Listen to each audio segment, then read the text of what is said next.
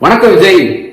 இந்த மாசம் நீங்க கரூர் போறீங்க அப்படின்றதுக்காக நீங்க போறப்ப அண்ணன் செந்தில் பாலாஜி அவர்கள் உங்களுக்கு எதிராக கருத்து தெரிவிப்பாரு, பத்திரிகையாளர்களை சந்திச்சு கரூர் அசம்பாவிதம் குறித்து விளக்கம் கொடுப்பாரு அப்படின்றதுக்கு பயந்து.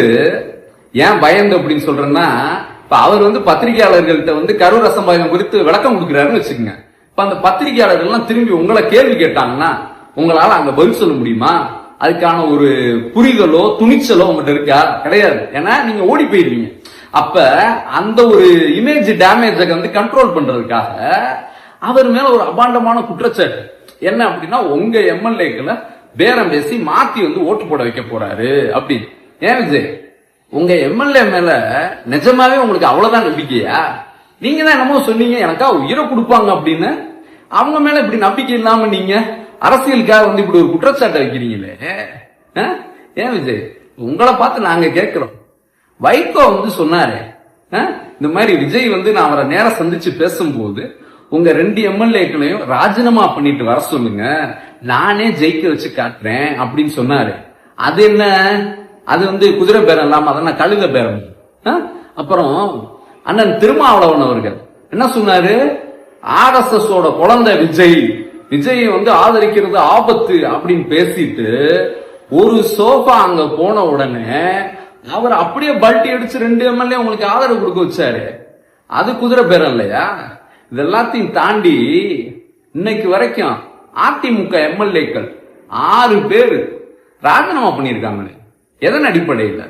அவங்க என்ன உங்களை எதிர்த்து தானே தேர்தலில் மக்களை சந்திச்சு அவங்க ஓட்டு கேட்டாங்க. இப்ப எப்படி திடீர்னு உங்க மேல உள்ள ஒரு பாசம் 1 மாசம் கூட ஆகுறதுக்குள்ள, அப்ப அது குதிரை பேரம் இல்லையா? அப்ப நீங்க பண்றது தப்பு கிடையாதா? IUML அவங்களுக்கு பார்த்தா காலம்புரா திமுக கூட்டணியில இருந்துட்டு நீங்க போய் சோஃபா இறக்குன உடனே அவங்க பாத்தீங்கன்னா உங்களுக்கு ஆதரவான ஒரு நிலைப்பாடு எடுக்கிறாங்களே.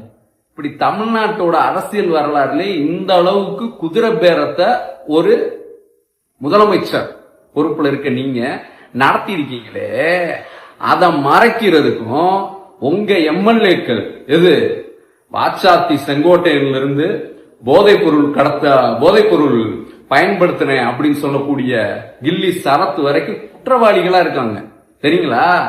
அந்த கையாளாகாதத்தனத்தெல்லாம் மறைக்கிறதுக்கு இந்த மாதிரியான ஒரு பொய் நாடகத்தை அரங்கேற்றுறது எந்த வகையில நியாயம்? ஏன் விஜய்? அப்புறம் இன்னொன்னு, நம்ம ஊர்ல எப்பயுமே யாராவது இறந்து போயிட்டாங்கன்னா அவங்க வீட்டுக்கு உடனே போவாங்க. அதான் தமிழர் பண்பாடு தெரியுங்களா? உங்களை பார்க்க அங்க இறந்து போன 41 பேரை பாக்குறதுக்கு எது போன வருஷம் செப்டம்பர் மாசம் இறந்தவங்களை பார்க்க இந்த வருஷம் போறீங்களே, உங்களுக்கு வெக்கமா இல்லையா நிஜமாவே? அப்ப இந்த அமோனியா கேஸ்ல லீக் ஆனதுல இறந்து போனாங்களே அவங்கள பாக்குறதுக்கு எப்ப போவீங்க? அடுத்த வருஷம் ஜூன் மாசம் போவீங்களா?